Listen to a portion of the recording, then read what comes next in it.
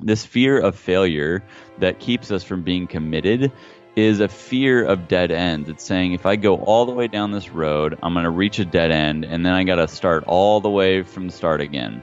But discipline is saying no to the short term for the long term gain. And really, nothing worthwhile ever happens overnight.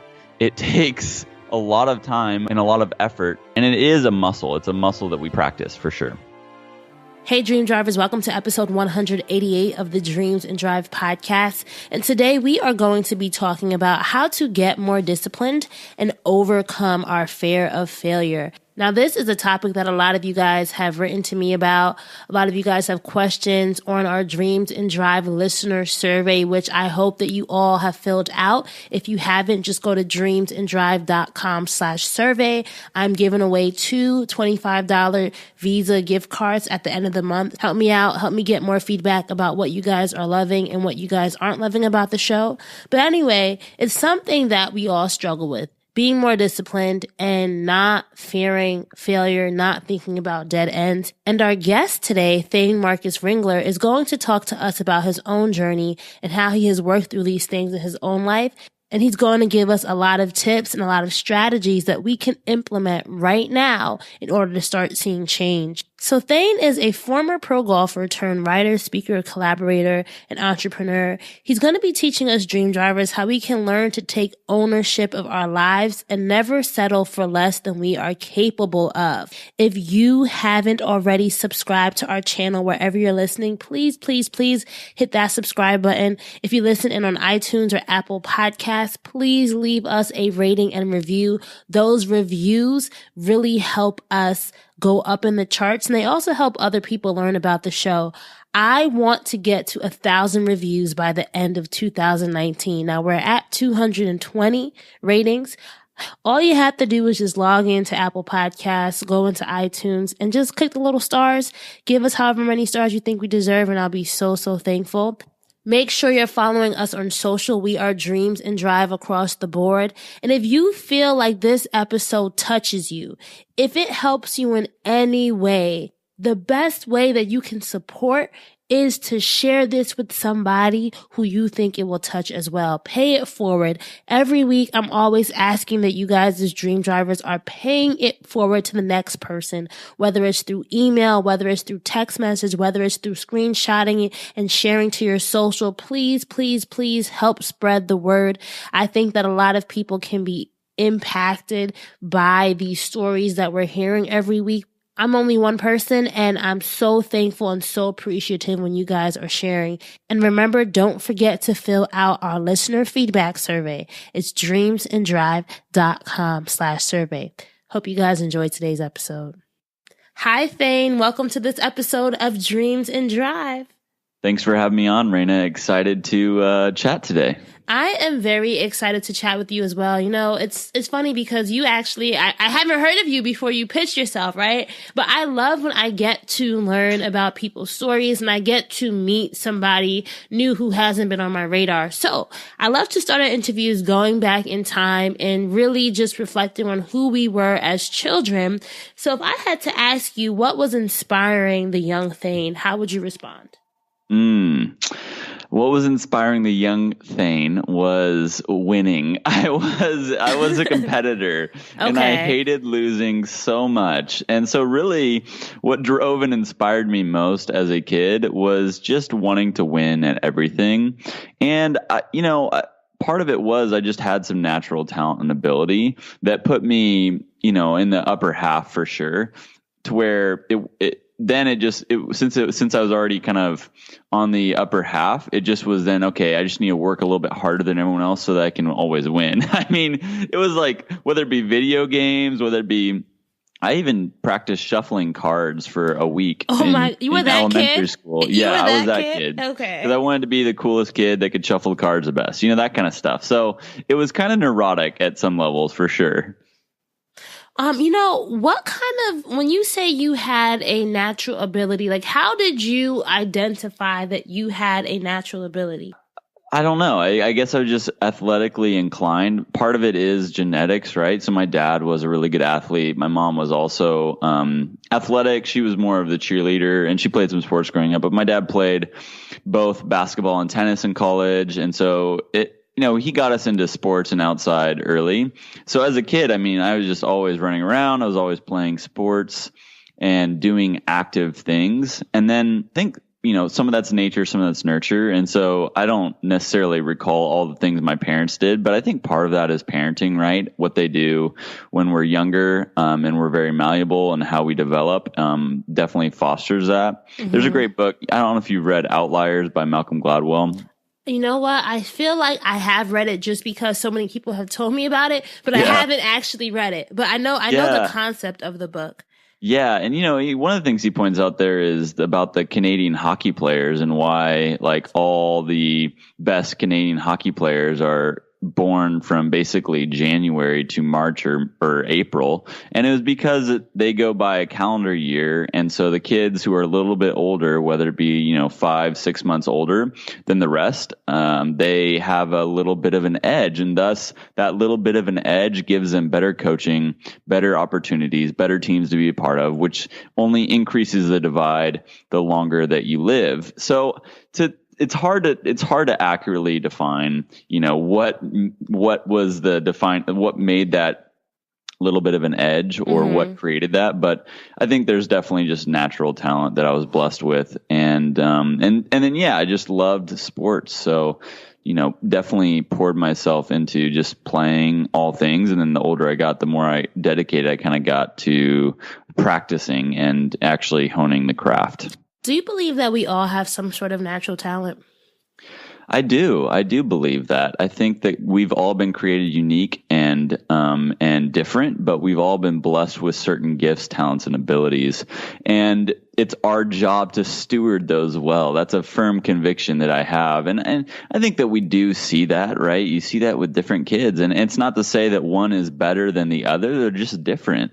But I think that if we ignore those differences, it's foolish and naive of us. But there's a great book on that kind of question. And it's called The Talent Code by Daniel Coyle. It's a really good book on basically, is talent innate or is it developed? And of course, the answer is yes, both. and he really does a good job of kind of like highlighting these talent hot pools where a lot of talent comes from. Like the best marathoners are all from Kenya. Why is that? And then diving into kind of the reasons why, physiologically, culturally, etc. But then he also gets into the second half of it, which is the nurture side, which is really deep practice. And what does deep practice entail? And how do you really develop talent is really the second part of that book. So he does a great job of breaking that whole conversation down.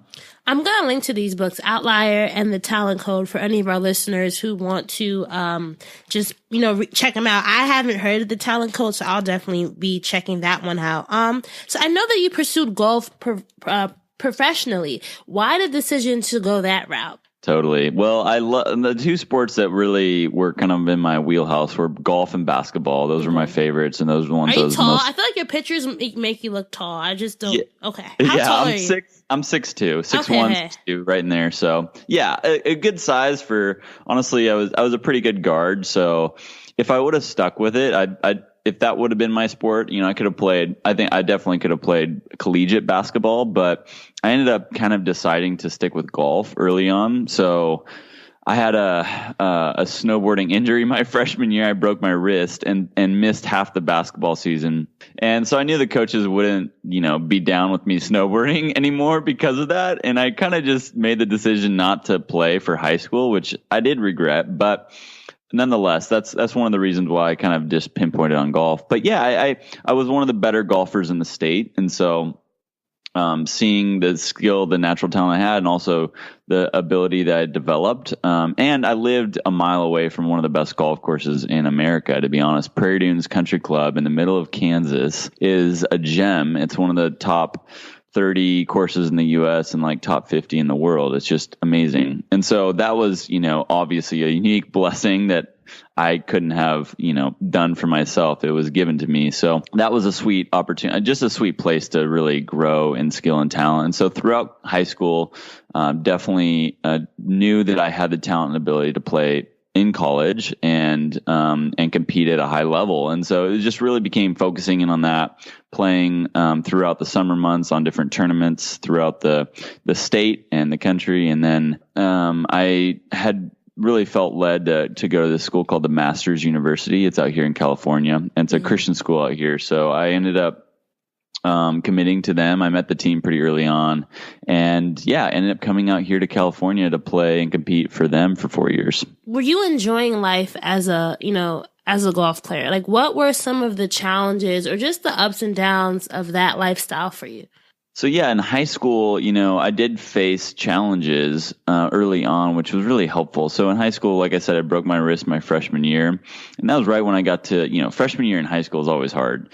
And so when I was trying to recover from a wrist injury right before the season, and it being my first year of high school golf, that was definitely it was like adding a few plates of weight to the bar and making it a lot harder to lift. And so it did make me stronger, but it was a difficult first year because of that and being kind of a few steps behind. I think it's like anything in life, right? I mean, the more that we play or do something, the more the competition increases and the more we learn about it and the more complex it becomes, but the more committed we usually get to it. And I think throughout those high school years, I really saw my own focus narrow in on golf as, even my parents, they were supporting me and saying, look, like, I did caddy on the side some at the club for some money, but they were, if I was going to be committed to golf, they said, look, if you want to be committed to golf and earn scholarships, then we will allow you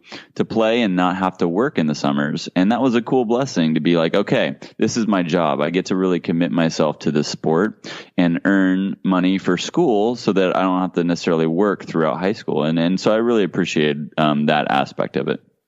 So at what point was the golf dream not the dream anymore? Was there a moment, or like what made you stop?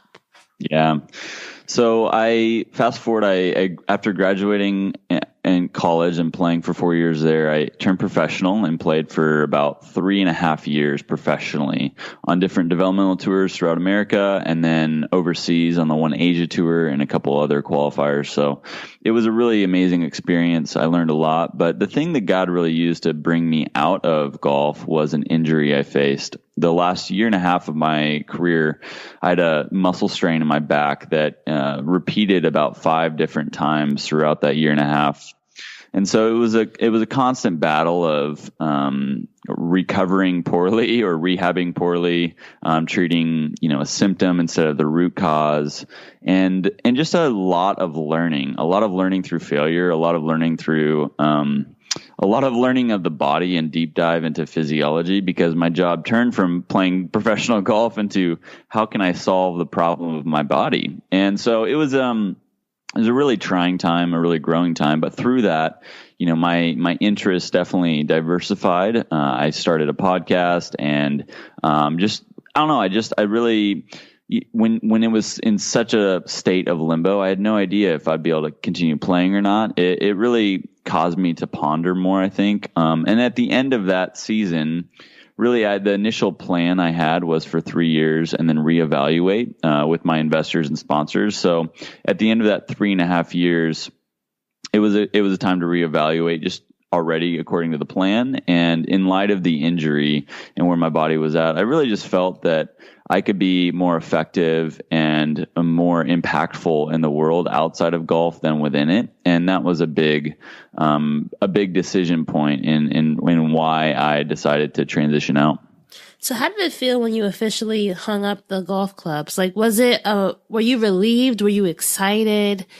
What was going through your mind about what's next? I think it's a really important question and point, because so much of any of us, right? I know you can relate to this. So much of who we are is tied into what we do, right? We find so much identity from what we do.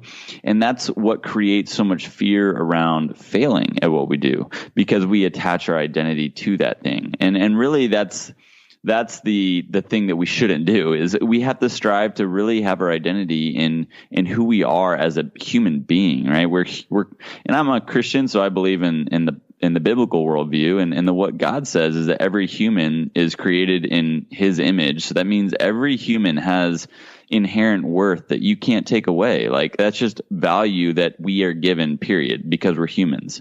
And the other thing that he says, we're all sinners, so no one's better than the other person, right? We're all on this even playing field, and that's our core identity as human beings. But then we assume all these other things onto our identity. And so like being a professional golfer was my quote unquote identity.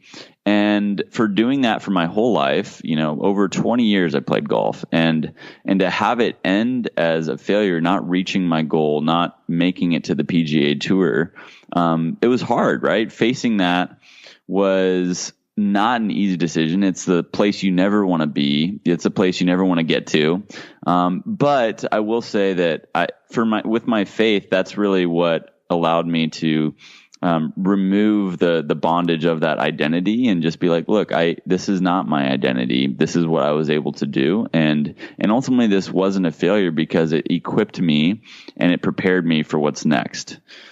So it took several months of just evaluating, reflecting, praying, considering all those things. But I think I was really thankful for that understanding and mindset to be able to hopefully make it the transition well.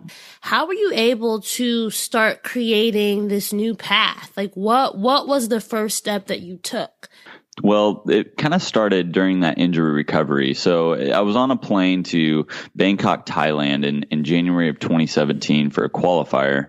And it was during my injury period where I had actually re-aggravated it the week before I left, but I still had to go and try. In my heart, I knew I wasn't going to be able to make it. I wasn't going to be able to compete. And on the way in the plane, I was thinking, how could I repay my investors and sponsors for this gift they've given me in playing professional golf? If I can't do it financially, what could I do? And that's kind of where this idea for the book came from. And I just jotted down a bunch of titles and was like, man, just kind of brainstorming what it could be. And then fast forward about 4 or 5 months, I was on another injury recovery time, and I just really felt that I was given the space to start. And I spent a month to try and figure out what this book was I was trying to write. And then I just started puking out the first draft. And it took about 2 to 3 months to really get it all out. And then the next year plus of refining, culling, changing, adding, editing, and all that fun stuff. And really, so the process was started before, and I knew that was going to be a component of what was next, was writing and getting this book out into the world. And then the other components were really just evaluating, okay, what are the skills? What are the unique giftings that I have? How have I been equipped throughout my life so far? And how can I provide value and benefit to others? And it's a lot of experimenting. So I started looking at where there was needs, where could I add value in the world? And I had a bunch of friends who were freelancers or entrepreneurs or kind of doing their own thing, but they weren't thriving, right? They were kind of struggling. And I was just thinking about, man, what if I came alongside them and took the things that golf gave me, the systems, the habits, the disciplines, the mindset, the approach, and just was their teammate and helped them in their own work and develop that for themselves. And so I targeted about 4 or 5 of my friends and kind of explained what I was thinking, and just started out practicing and seeing what it was and seeing what my process would be and was there value in this. It was kind of testing the theory. So about 4 to 5 months after doing that, I really believed in it. I was like, no, that this does have value. This is worth pursuing, and it's something that I can really give people well. So that really kind of shifted, and it's like anything, right? It's a process. It never happens overnight. Yeah, it's not like just a easy, easy picture. It takes time to paint, right? Yes, you're totally right. And so it was a long process. And throughout the last year, it's been really this entire year has been a process. I don't know. Have you ever done words of the year, kind of like a New Year's resolution? Like in the beginning, you say like, yeah, I've done it, but I've never actually I forgot about the word like halfway into the year. But what were you saying? Yeah. So mine for this last year was build. Okay. And it's funny and I love words of the year because it's just a little bit short. It's like a really small thing that it's a little easier to hang on than a resolution. And it's also so applicable that it can change, right? A word, its meaning can change throughout the year, even though the word stays the same. And build was interesting because I knew this year was going to be a lot of building into what's next. And that takes a lot of time. But early on, I'm like excited. I get to build this year. This is going to be so much fun. And, 3-4 months in, I'm building still. And then you get to about 6 or 7 months in, you're like, oh yeah, this word is a year-long word. And really it's longer than that, right? But building takes a long time. It doesn't happen overnight. And so it's just been, it's been fun and humbling and good to experience that. And just the really the mindset with that I've had to implant and preach to myself is just patience and persistence. Patience and persistence is really just, I mean, that's such a great motto for any of us in this stage, in this season of life as we're building into what we have. Yeah, I wanted to talk about mindset a little bit and discipline because I know as an athlete, so I was an athlete in high school, but then I danced in college, which I would kind of say is kind of like being a athlete too, because we had practices 2 times, 2 hours a day, 6 days a week, right? So we were up there with the athletes, but discipline is so important, especially when it comes to accomplishing our goals. And I just met with 2 of my mentors yesterday for lunch, and we were talking about the idea of integrity and how you have to be truthful to yourself, but you have to have integrity when it comes to your word, right? So a lot of times when we don't see ourselves accomplishing goals, it may be because we are not being we're not being disciplined to the goals that we've set out for ourselves. So how have you really kept discipline a priority in your life? And what are some tips you'd have for our dream drivers who are struggling with this? Well, first off, it's important to say that you're not alone, right? This is a human condition and we are all human. And so we all struggle with this. The natural order of things is decay, right? The second law of thermodynamics is entropy. And that is that without some type of force, everything will naturally decay. And that's true. Like in our lives, like the easier path is always the path of decay and decline. And we're going to just default there if we don't choose something else. And I think that's important to understand. Yeah, there's so much to this. I want to first say that, gaining objectivity is one of the hardest things to do on our own, right? And that's accurately seeing, like you're talking about, that integrity. Because a lot of times we think we may be maintaining integrity when we're really not. And that's just because we can't objectively see ourselves. And that kind of speaks to just self-awareness. And today's society, that's something that's being progressively lost because of the phones and the distractions and the success of marketing and addiction to these different, social media and all of those things is really, it's pulling away from our ability to be present and to understand and be self-aware ultimately. And if we can't, there's a great quote by Chris Hurts who said, if you can't self-observe, you can't self-correct. So I think it's really important to just understand that that's a need, right? We need to be creating space and time to understand ourselves, how we think, how we process, and really evaluate, are we being true to who we say we are or who we say we want to be? Because most of the time we're not. And that's a lot of the work I do with individuals as well, is helping with that. But for me, discipline is everything, honestly. It's a daily thing that we must practice. It's a daily thing we must believe in. And really it's a thing that unlocks true freedom. There's a great, I don't know if have you heard of Jocko Willink? Is that the podcaster? Yes, and he also is a former Navy SEAL. Yes. His voice is so intense. He has such an intense voice. I wish I could have that voice. I should do a little clip. Maybe I'll put a little clip of his voice right here when I'm editing. Yeah, I mean, he's got this video on YouTube. Just look up Good, Jocko Willink Good on YouTube, and it's this 1 minute just video that's so motivational. You just want to go fight someone afterwards or something. I don't know. It's amazing. But he has a book actually called Discipline Equals Freedom, and it's a great kind of little pep talk. Yeah, you are just giving all the books today. Discipline Equals Freedom. I'm adding that to the list. Okay. And that's a big thing he preaches, and it's really true. I mean, discipline allows us to be free in the moment, right? When we're disciplined when we have, especially for entrepreneurs or people that are driving their dreams, right? Like you said, there's so many things going on. There's so many tasks on the list. There's so many priorities that we should have, right?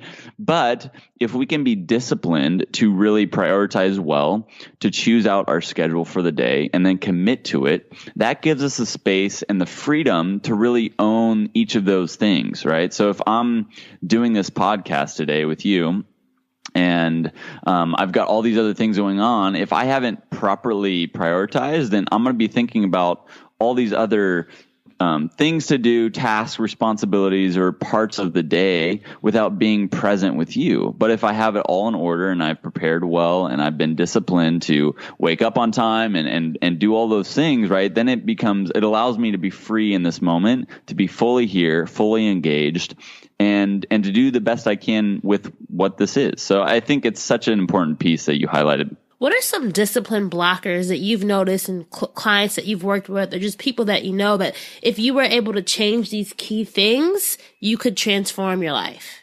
Definitely. I think the biggest one is a detachment or a loss of the vision.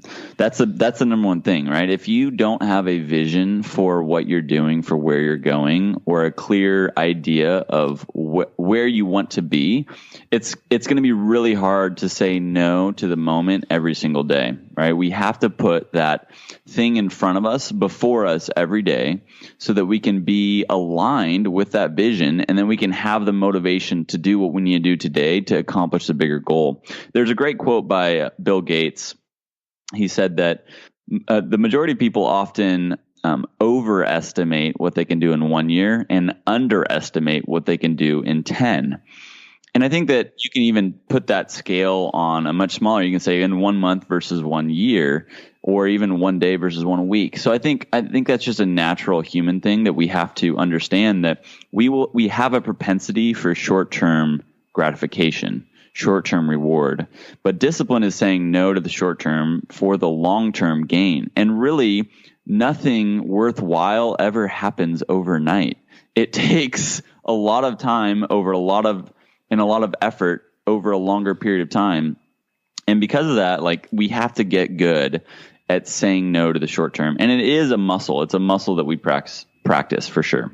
Definitely. It's kind of like, when I first joined the dance team in college, it was hard having practices every day for 2 hours, or even Saturdays having 4-hour rehearsals. But then as time goes by, it becomes ingrained into you, right? I could wake up at 7 a.m. for dance practice like that, but it does take time. And I think you have to be committed to the process, kind of how you were saying after moving on from golf, how everything was a process. Processes are processes for a reason, right? They're just not actions. They take multiple steps. One of the things that we were talking about before we even got started on the interview was the idea of sleep. And you said that Americans are one of the most underslept nations, right? Why is sleep? Yes. Why is sleep so important when thinking about this formula for success and formula for dream driving? Very, very important. I want to underscore, though, that process that you just mentioned. We are all, I like saying, I think this is an interesting thing to think about, but we are all in process. Every single person is in a process, and we are all on a spectrum. So within the process, we're all on a spectrum, usually between two polar opposite points. And we're also in a process towards something from A to B in a sense. So it's a really interesting thing just to understand, okay, what process am I in right now? There's a great quote by James Clear, who's a great author. He just came out with a book actually called Atomic Habits. I'm sure it's going to be killer. I've read his blog for a while, but he said that you'll learn more from the process of pursuing excellence than from the products of achieving it. And I just love that. It's so true. Like the process is really where the gold is. Back to sleep. I think sleep, man, so America is a culture of hyperachievers, right? It's a culture of achievement, and it's saying a lot of the cultural messaging that we all feel and hear is that what you achieve is your worth, and that really like overwork is something to be praised. When really that's not healthy for us or even for our minds or our bodies. I mean, we need a day of rest. We need to take a day off, right? And that's slowly not becoming a reality for a lot of people. And then also sleep. I mean, the average time that people need to sleep per night is 7 to 9 hours. There's a great podcast that Joe Rogan did with this guy, Matthew Walker. And it was phenomenal.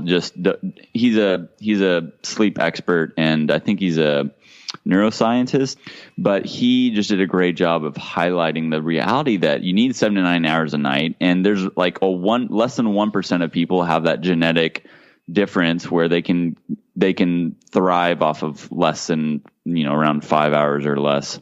But that's less than 1% of the population, meaning if you're listening to this, that's probably not you, honestly.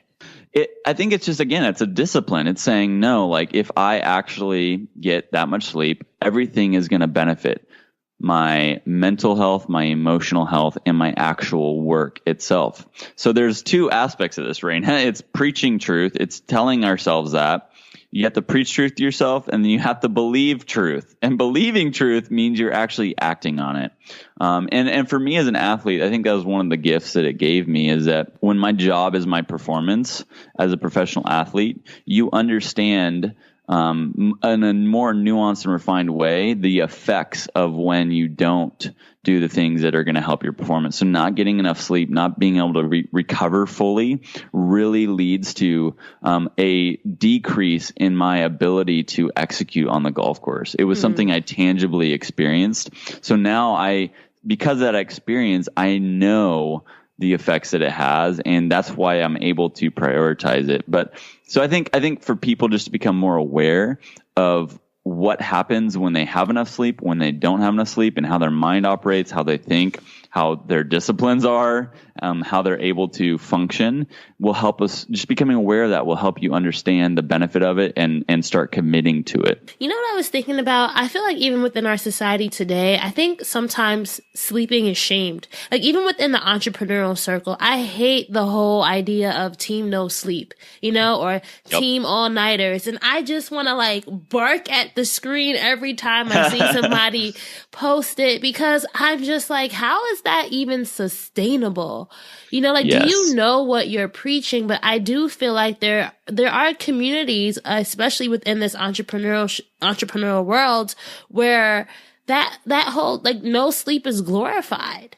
Yes, very much so. I mean, that was me in college too. Like it's not like we are all guilty of this in some ways. I mean, I loved it. I thought it was like, there's a great like little motivational video that had 50 Cent in it, and it was like him saying basically he didn't sleep for 3 days, and he basically said that sleep is for people who are broke. I don't sleep, and that was like my motto in college, So it's just, which is just foolish. But we want to be Superman. We're just not. We can't do it, and it's really counterintuitive too. So you really what is your kind of average sleep per night?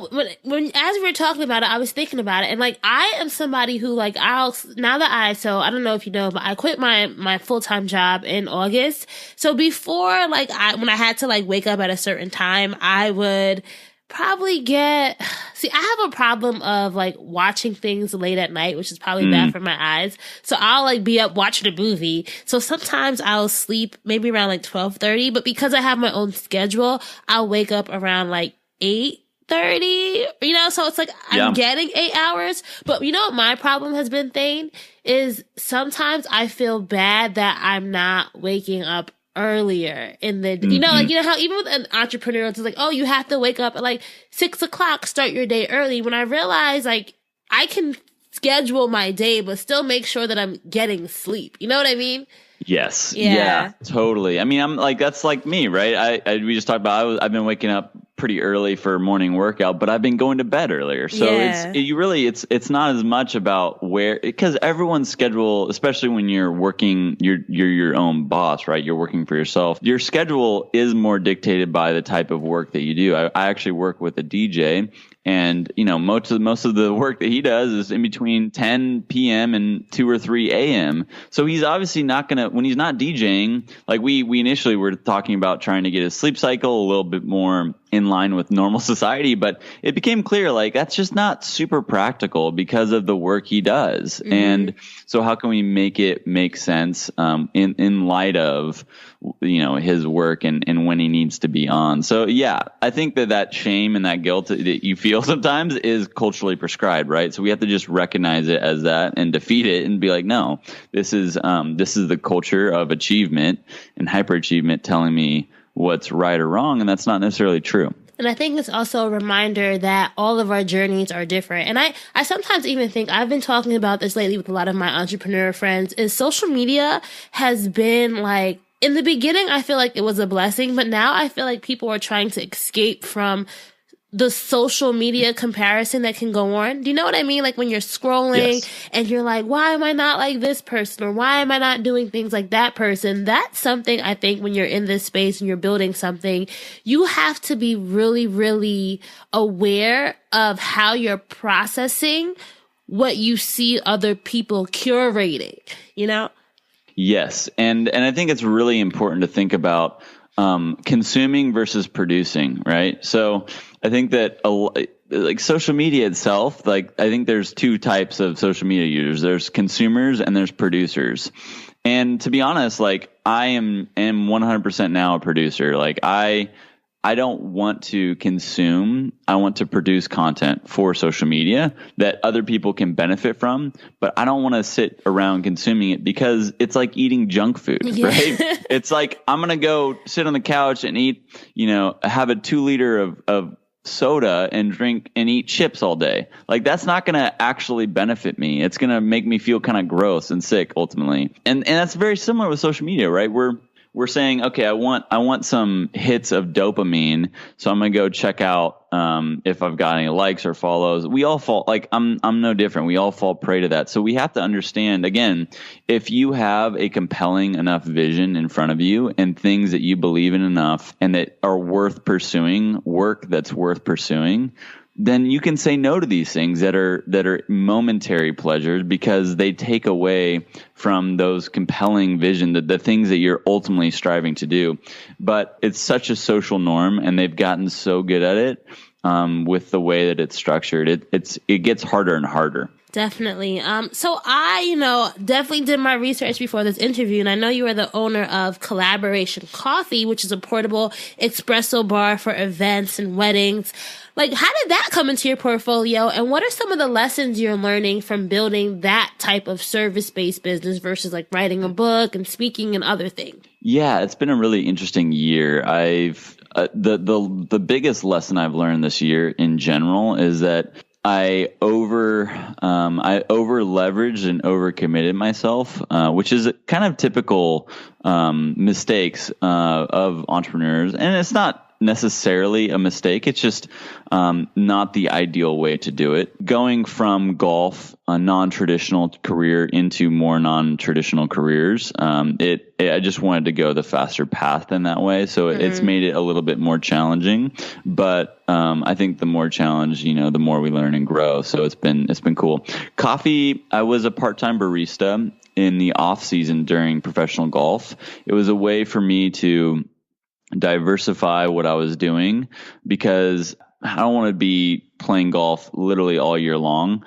And it was a way for me to earn some money in the off season and get my eyes off myself. Ultimately, golf is so individualized, so hyper focused on yourself that being a barista was a great way to serve others And I really fell in love with specialty coffee. It's a sweet industry. It's an amazing craft. I was thinking this year, like, man, how could I still be involved in the industry, but not, but get more money for my time than I could as a barista. And so, yeah, I just got this idea of, man, it'd be sweet to start this side business of portable espresso bar. And so I was able to get funding and then invested in it and built it out. And I knew it'd be a great experience as well as I come alongside other people who are business owners or entrepreneurs. This would give me also experiential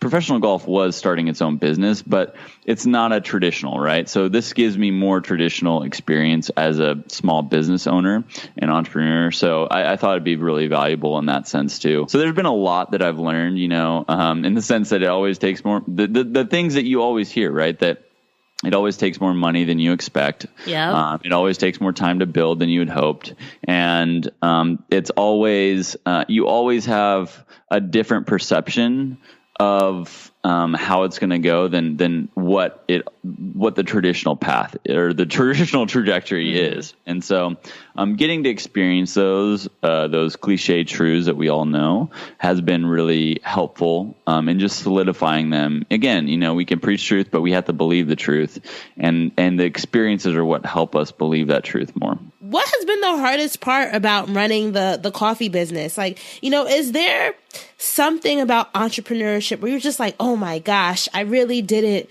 Like, this is really tough. I don't know if I can do it.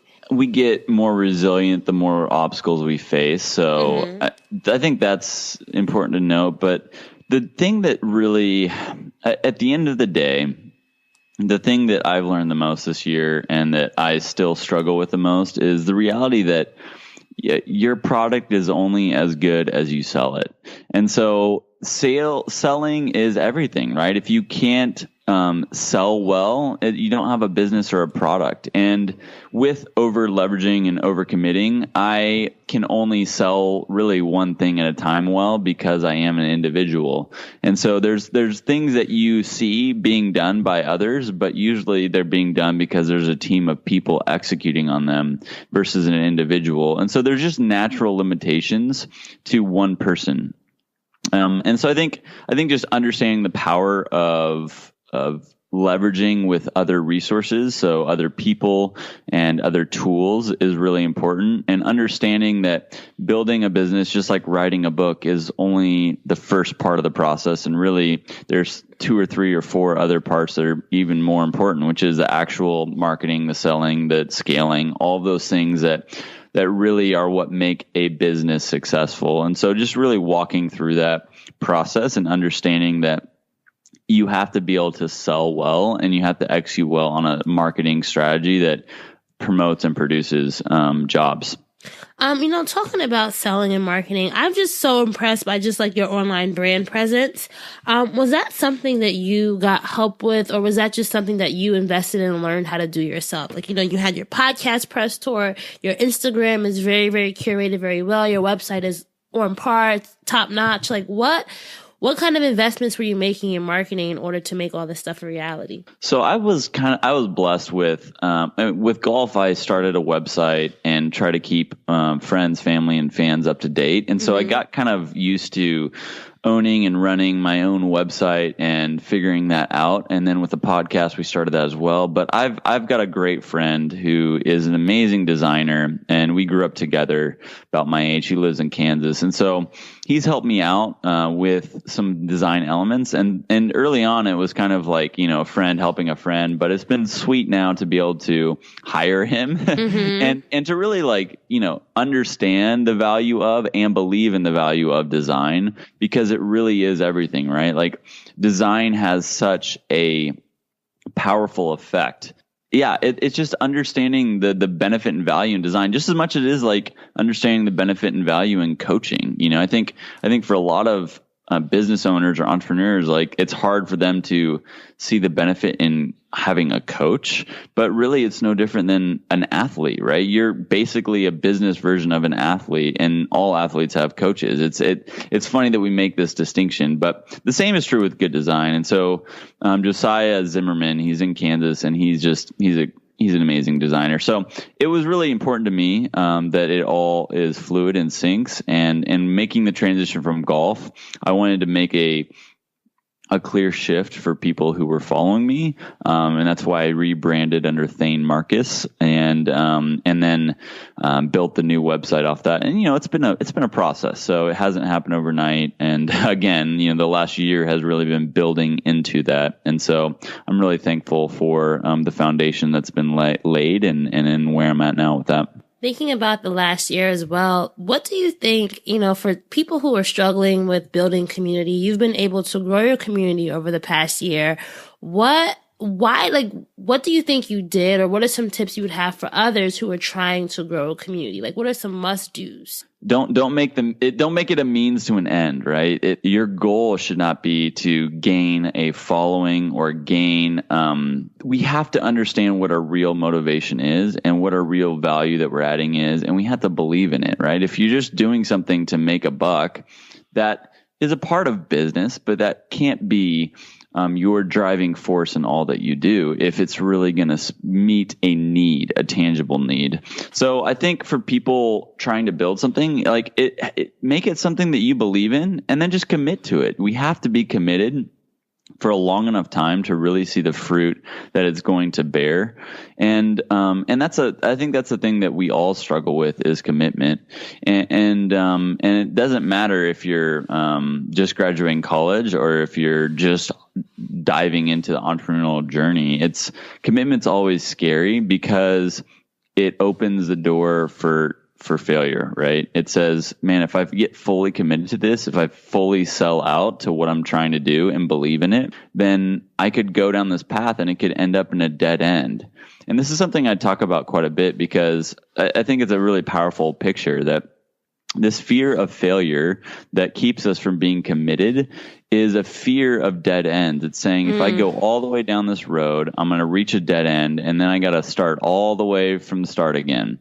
I got to start over. And that's what golf was for me, right? I played it for over 20 years of my life. And guess what? It ended up in a dead end, right?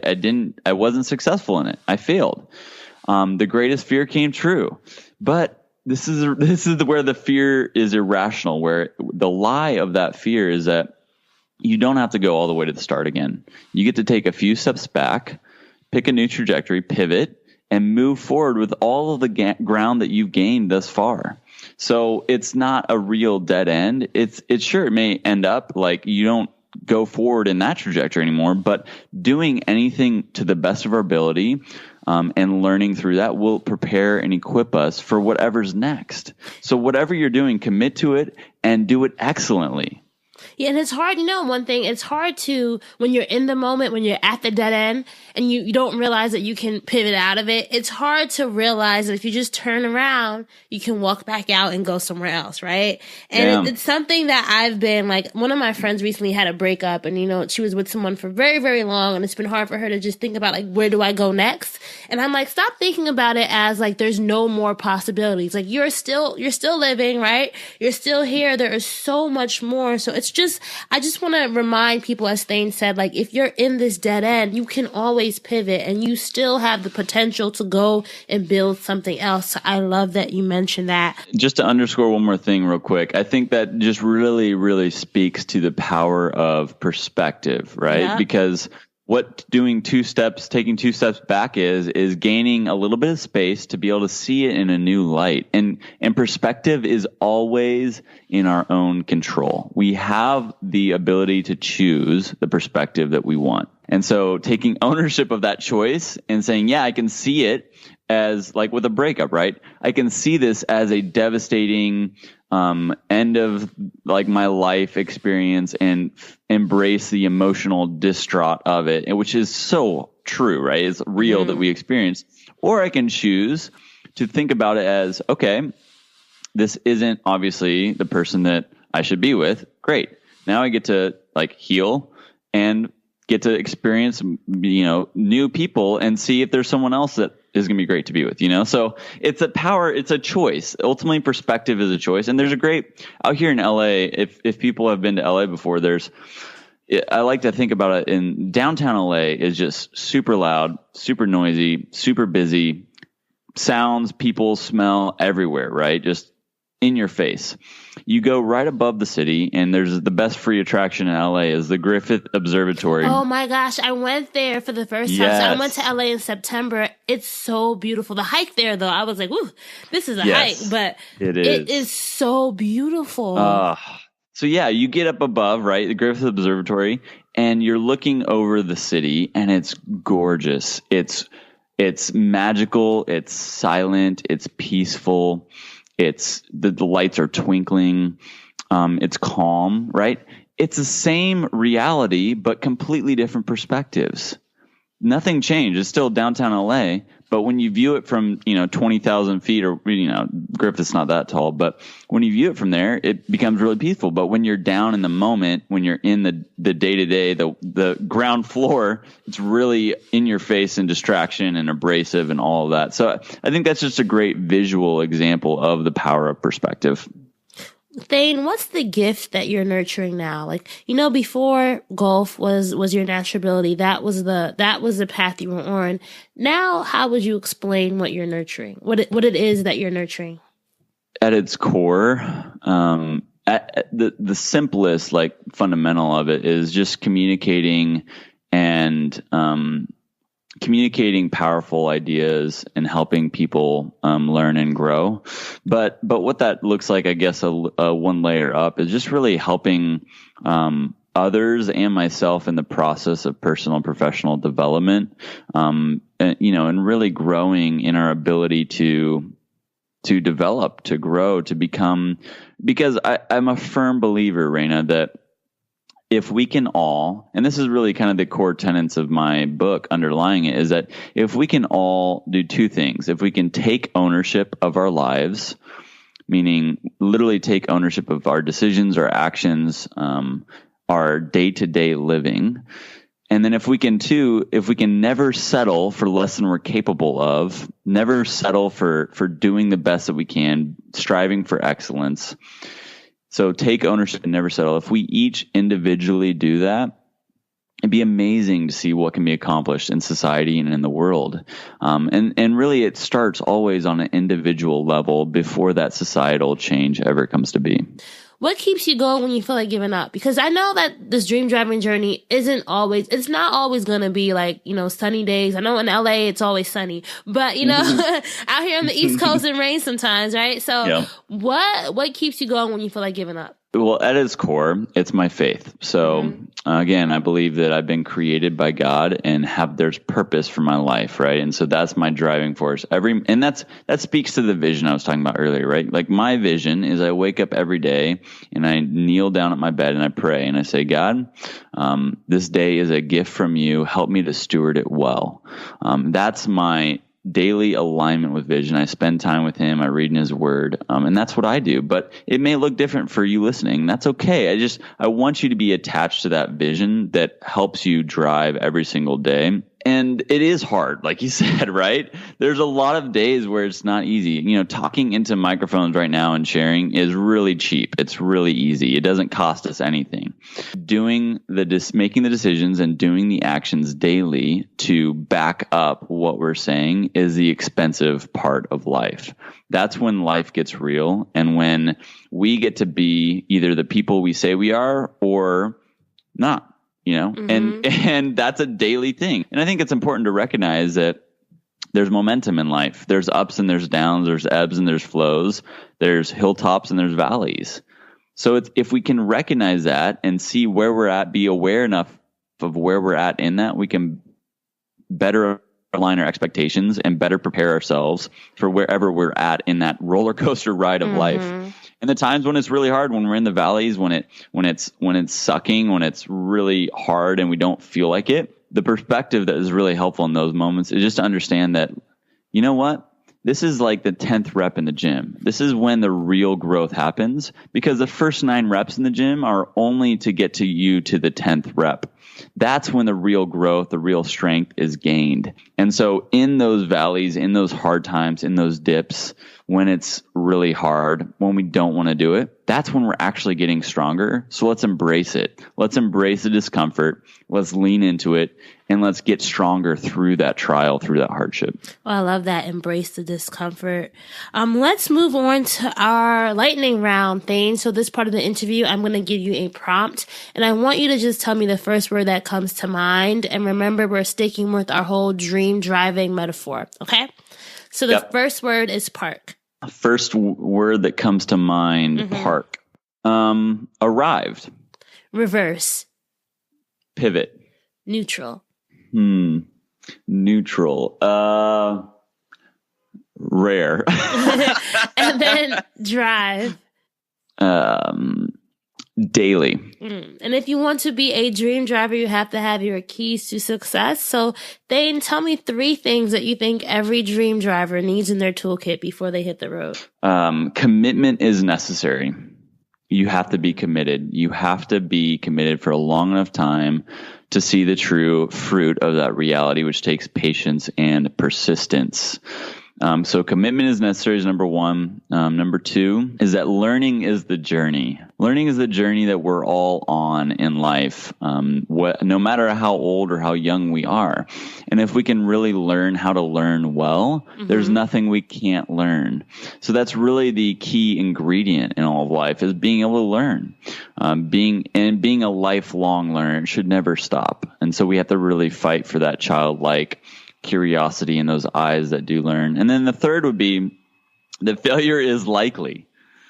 And that's good, right? Failure is likely means that we're doing something that's beyond our current grasp. We're doing something that's challenging, that's going to push us past our limitations that we put on ourselves. So failure is likely, and that's okay. Like, failures will teach us. They're ultimately tutors that teach us much more than a success would. And so it's not to run away from, but to embrace it. Tell our dream drivers, though, where they can find you online if they want to connect with you, if they want to check out your book, all that good stuff. Yes. Well, thanks, Rain. It's been a blast. I love just talking. So obviously, me too. That's how we're podcasters, right?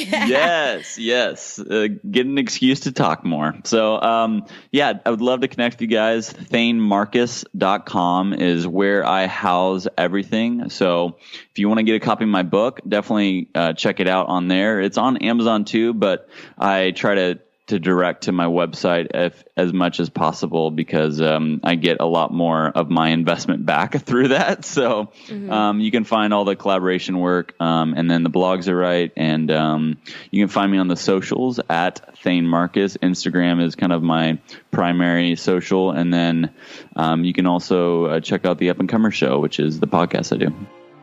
All right, so that's a wrap for episode 188 with Thane. I hope that you enjoyed hearing his dream driving journey as well as his keys to success. If you love this episode, the first thing you can do is share it with somebody, whether it's screenshotting and sharing it with your social media, whether it's texting it, whether it's emailing it. Please help me grow the Dreams and Drive community.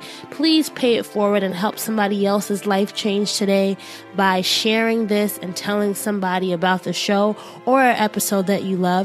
If you want to get today's show notes, go to dreamsanddrive.com. Make sure that you're also following us on social media. We are Dreams and Drive across the board, and you can use the hashtag Dreams and Drive as well. Now, if you want to get any of the books that Thane mentioned in today's episode, just go to our show notes page at dreamsanddrive.com, and you can click on episode 188, or you can also go to dreamsanddrive.com/bookstore to search through all the different books that we talk about across the episodes, and you'll also see some of my favorite picks as well.